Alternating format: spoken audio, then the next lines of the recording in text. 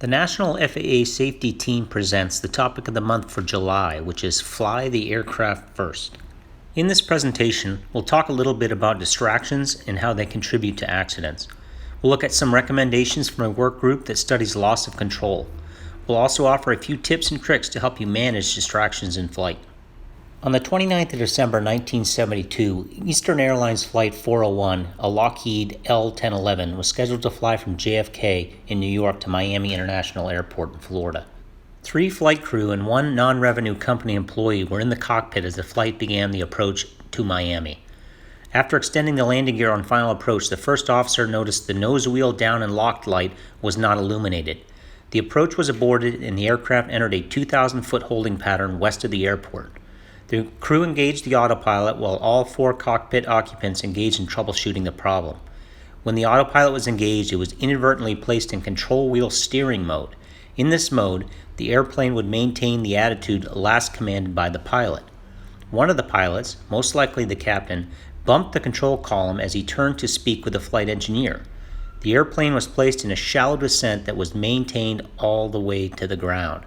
4 professional aviators, any one of whom could have detected the descent, were so focused on a non-critical task that they failed to detect and arrest the descent.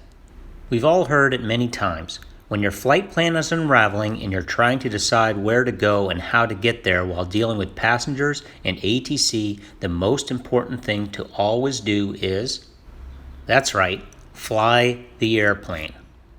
Expressed another way, the 3 things pilots must do in order of priority are: aviate, which is maintain the aircraft control at all times; navigate, manage navigation systems and tasks including fuel reserves; communicate with passengers and air traffic control. That's good advice. Loss of control is the number 1 cause of fatal accidents. It doesn't matter if we're navigating and communicating perfectly if we lose control of the aircraft and crash. That's why the General Aviation Joint Steering Committee recommends this awareness-raising program. I know we all talk the fly the aircraft first talk, but can we walk the talk? By that we mean, of course, are we really prepared to fly the airplane under high stress to a safe, perhaps off-airport landing? The pilot of this aircraft had a total engine failure, mechanical, not fuel-related, while en route at low altitude in Alaska.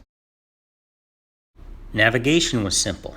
We'll be on the ground in a minute or 2, well before we can get to anything that even remotely resembles an airport.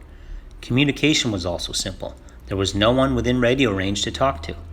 We're not as likely to be successful as this pilot unless we think about what we're going to do in various possible emergency situations and unless we prepare to deal with the problems. How do we prepare for problems? Well, we make sure we know our performance numbers, including best power off glide speed for the aircraft and environment we're going to fly in. We have a good weather brief and we update along the route so we always know where the best weather is. We plan our route with alternate landing areas in mind. This means we may elect to take a longer route that offers better alternatives for off-airport landings. We file a flight plan and request flight following service. We have survival gear appropriate to the mission on board and we know how to use it. We plan and brief each takeoff, approach, and landing to include climb and descent expectations, go-no-go points, escape routes, and alternates. En route, we keep within gliding distance of suitable landing areas for as much of the flight as possible. And we practice emergency procedures, short and soft field takeoffs and landings, power off approaches and landings. It's important to practice these maneuvers at our expected mission weight. An aircraft with a solo pilot and half tanks performs much better than one at close to max gross weight. Pilots need to be comfortable at the higher weights in order to be successful in real emergencies. Passengers, and in some cases animals, have been known to provide fatal distractions, so pilots must set expectations before flight. In addition to the standard seatbelt, exit, and emergency equipment brief, take some time to explain your roles and theirs. Insist on a sterile cockpit. No conversation that is not directly related to safety of flight during critical times. Give your passengers a job to do, such as scanning for traffic. When your workload is increasing, by all means use the autopilot if you have one. Practice with and without the autopilot. If you never use the autopilot, you won't have confidence in it while dealing with an emergency.